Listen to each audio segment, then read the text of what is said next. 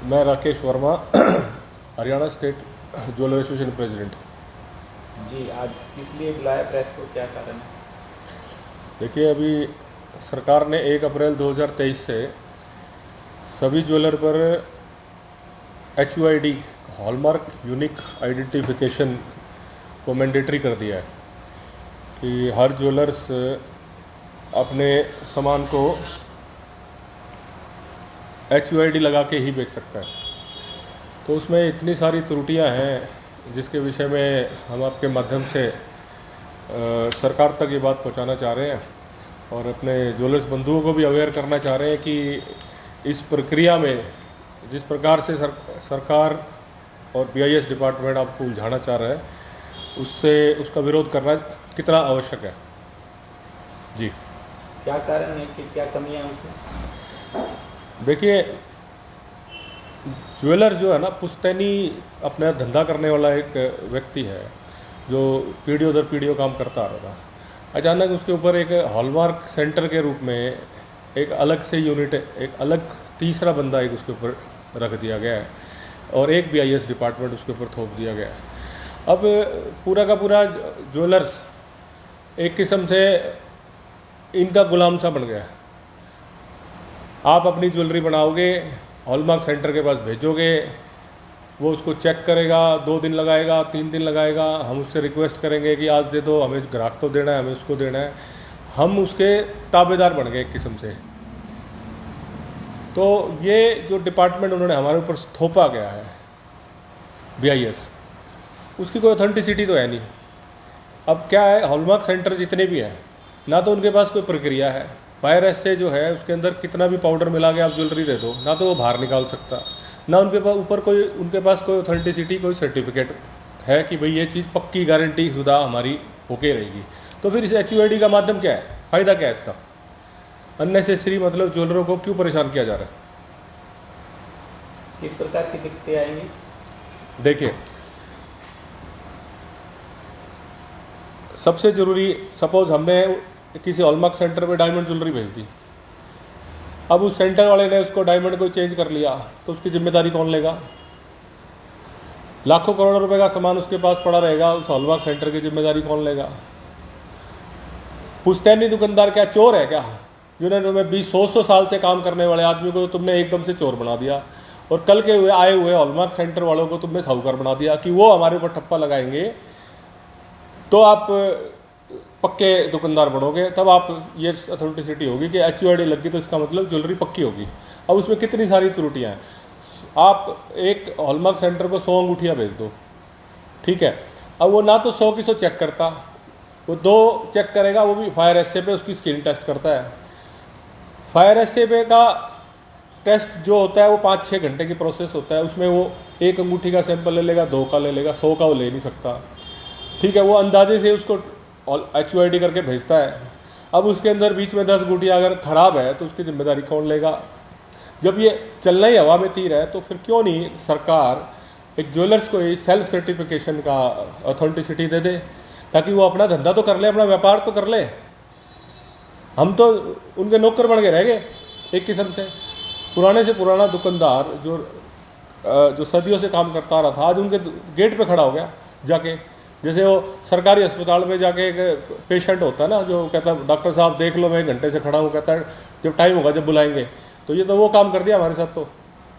तो हम आपके माध्यम से ये बताना चाह रहे हैं कि सरकार की मंशा क्या है। जब से नोटबंदी के बाद से ज्वेलर्स को टारगेट किया जा रहा है, लगातार किया जा रहा है, मुझे समझ में नहीं आ रहा। हमारे सेंटर लेवल के जितने भी ज्वेलर इंडस्ट्री के जितने भी लीडर हैं, वो या तो अपनी बात को रख नहीं पा रहे हैं, या जो गलत त्रुटियां हैं इसकी वो आप सामने रख नहीं पा रहे हैं, या वो सरकार से घबरा रहे हैं। मुझे नहीं पता कि क्या बात है, लेकिन मैं आज आपके माध्यम से स्पष्ट बता देना चाहता हूं कि पूरे भारतवर्ष में लगभग 6 लाख ज्वेलर हैं। अगर आप इसका सर्वे कराओगे तो 5,99,000 आदमी इसके खिलाफ मिलेंगे, आपको इस HUID के खिलाफ मिलेंगे। जी बताइए। तो आप क्या सलाह देना चाहेंगे, क्या होना चाहिए इसमें? देखिए, मैंने तो ये कहा था कि जो भी ज्वेलर है, जो भी मैन्युफैक्चरर है, BIS डिपार्टमेंट हॉलमार्क सेंटर को बीच में से हटाते। उनकी कोई अथॉन्टिसिटी नहीं है, ना तो वो टेस्ट करना जानते, ना ही फायर एसए का कोई अथॉन्टिसिटी है, ना ही उसमें से कोई पाउडर निकल सकते हैं।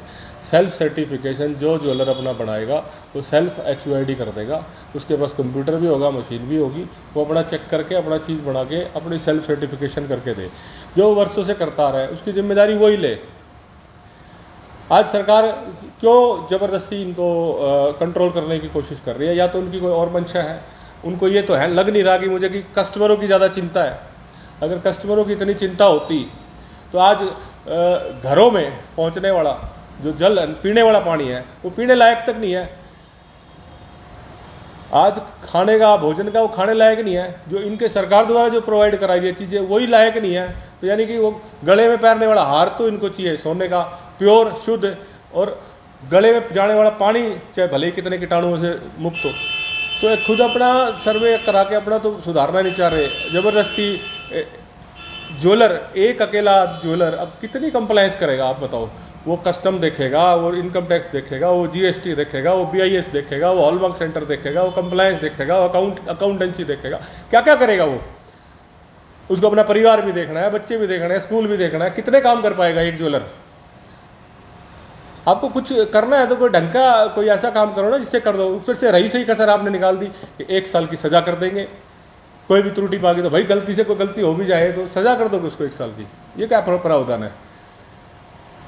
तो ये जो तरीका जो अपनाया गया है ये बिल्कुल तरीका गलत है। हॉलमार्क सेंटर वाले जो जितने भी सेंटर खुल रहे हैं वो ब्लैकमेलर की तरह काम करने वाले हैं आने वाले टाइम में।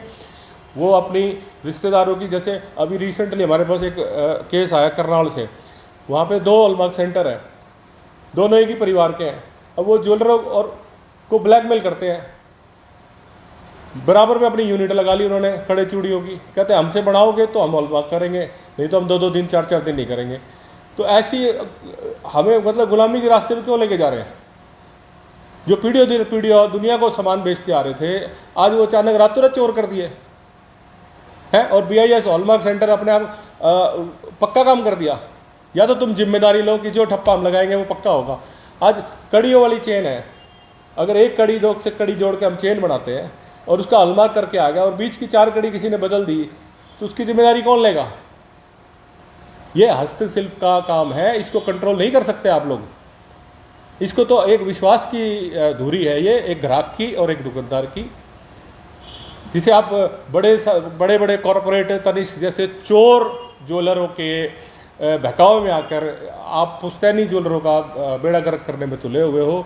आप यकीन मानो, तनिष्क पे आप चले जाओ, 18,000 रुपये कैरेट वाला डायमंड का रेट आपको 75,000 रुपये कैरेट का रेट मिलेगा। उस पर कोई ऑब्लिगेशन नहीं है, उस पर कोई सुनवाई नहीं उसकी, बस सोना शुद्ध चाहिए, सोना शुद्ध चाहिए। अरे सोना तो सदियों से देते आ रहे हैं। जब हॉलमार्क बना भी नहीं था, जब से ज्वेलर KDM के नाम से जिसका नाम ही KDM होता था, 91.6% का प्योरिटी ज्वेलरी बेचते आ रहे हैं, उसे ज़बरदस्ती आपने एक इसका रूप दे दिया, लाइसेंस का रूप दे दिया, और ऊपर से हॉलमार्क सेंटर चेप दिए, जो कि बिल्कुल सरासर गलत है और इसका हम पुरजोर विरोध करते हैं।